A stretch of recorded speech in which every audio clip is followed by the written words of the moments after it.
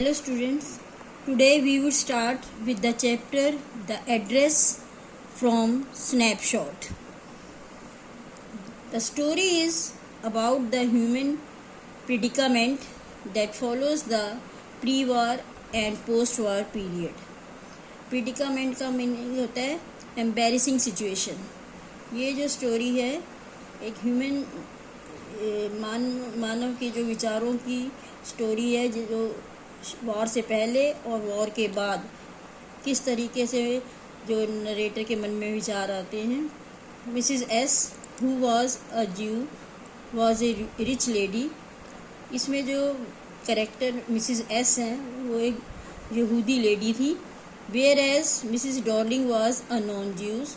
और उनकी जो एक पहचान की उनकी जो फ्रेंड थी मिसिज डॉर्लिंग वो यहूदी लेडी नहीं थी. The girl daughter of Mrs. S had lost her house and her mother during the war, and now she had decided to come back to take her possessions from Mrs. Dorling, an acquaintance whose address was given by her mother years ago. Mrs. S की जो daughter है यानी narrator है वो war के दौरान उसने अपनी माँ को खो दिया और तब वो डिसाइड करती है कि अपनी माँ की जो चीज़ें हैं जो कीमती चीज़ें उसने मिसिस डॉर्लिंग को दी थी वो.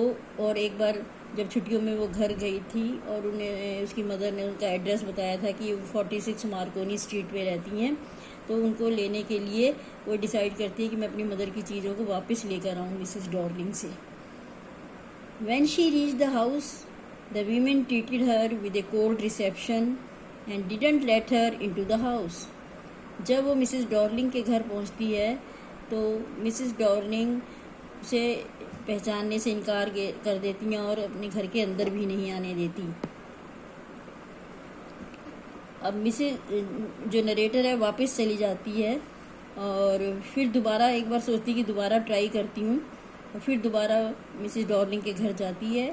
She decided to go back anyway and then she met her daughter who let her in and told her to wait inside. इस बार मिसिस डॉर्लिंग की डॉटर उसे मिलती हैं और वो नरेटर को अंदर बुला लेती है, अंदर बिठाती है और कहती है कि मेरी मदर बाहर गई हुई है, अभी उनकी वेट कर लो. When she saw all the possession in front of her, she couldn't connect with them and decided to leave the house. पर वो जब सारी चीज़ें अपनी मदर की वहाँ पर देखती है उस घर में तो उसे बड़ा अजीब सी लगता है, क्योंकि वो शॉक्ड रह जाती है देखती कि बड़े ख़राब से तरीके से उनको अरेंज किया गया है. तो उसका सारा इंटरेस्ट उन्हें पाने में ख़त्म हो जाता है और वो डिसाइड करती है कि मुझे इन चीज़ों की अब ज़रूरत नहीं है. After ringing the door bell of Mrs Dorling who lived at number 46 Marconi Street, the protagonist was given a cold reception and Mrs. Dorling took much time to recognize her. जब नरेटर मिसिस डॉर्लिंग की door bell बजाती है जो कि 46 Markovnikov street पे रहती थी तो मिसिस डॉर्लिंग उसे पहचानने से इनकार कर देती है. Mrs Darling had thought everyone in the narrator's family was dead and asked if anyone else had come along with her. क्योंकि मिसिस डॉर्लिंग ने तो सोचा था लड़ाई में सब लोग मर गए होंगे, पर नरेटर के पास आ जाती है. Mrs Dorling refuse to let the narrator inside her home and told her to come back some times later. Mrs Dorling जो उसे मना कर देती है नरेटर को अपने घर में अंदर आने से और कहती हैं कि फिर किसी दिन आना. The narrator recognised her mother's green cardigan which Mrs Dorling was wearing. पर नरेटर जो है अपनी माँ के कार्डिगन को पहचान जाती है जो मिसिस डॉर्लिंग ने पहना हुआ था. She decided to go back to the station and thought about her mother and how she told her about Mrs Dorling who was an acquaintance of hers.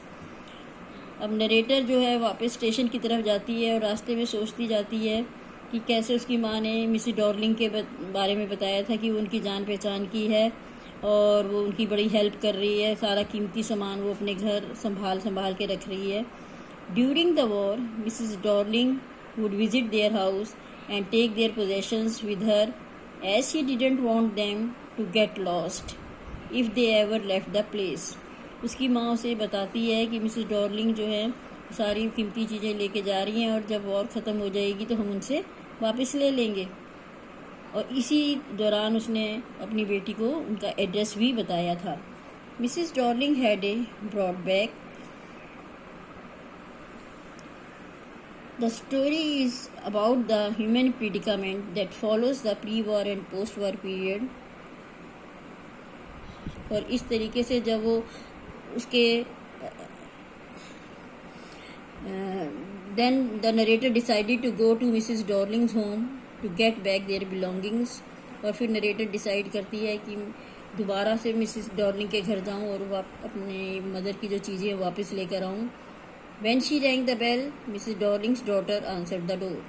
अब जब वो बेल बजाती है तो अब की बार मिसेस डॉर्लिंग घर पे नहीं होती है और उसकी बेटी जो है डोर खोलती है। She left her in and asked her to wait in the living room. वो उनको अंदर लिविंग रूम में नरेटर को बिठाती है।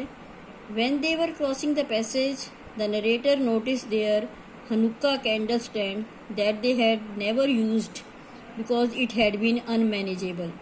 पैसे से गुजरते हुए नरेटर देखती है कि वहाँ पे हनुक्का कैंडल स्टैंड पड़ा हुआ है जो कि बहुत बड़ा था और शानदार था, पर कभी उन्होंने यूज़ नहीं करा था क्योंकि वो अनमैनेजेबल था। When she reached the living room, she was horrified as she saw all her mother's things were arranged in a tasteless manner. पर वो कमरे में देखती है तो बड़ी शॉक्ड रह जाती है कि सारी जो चीज़ें उसकी मदर ने मिसेस डॉर्लिंग को दी थी वो बड़े ही अजीब से टेस्टलेस तरीके से घर में अरेंज की गई हैं। The furniture was ugly and the room had a muggy smell.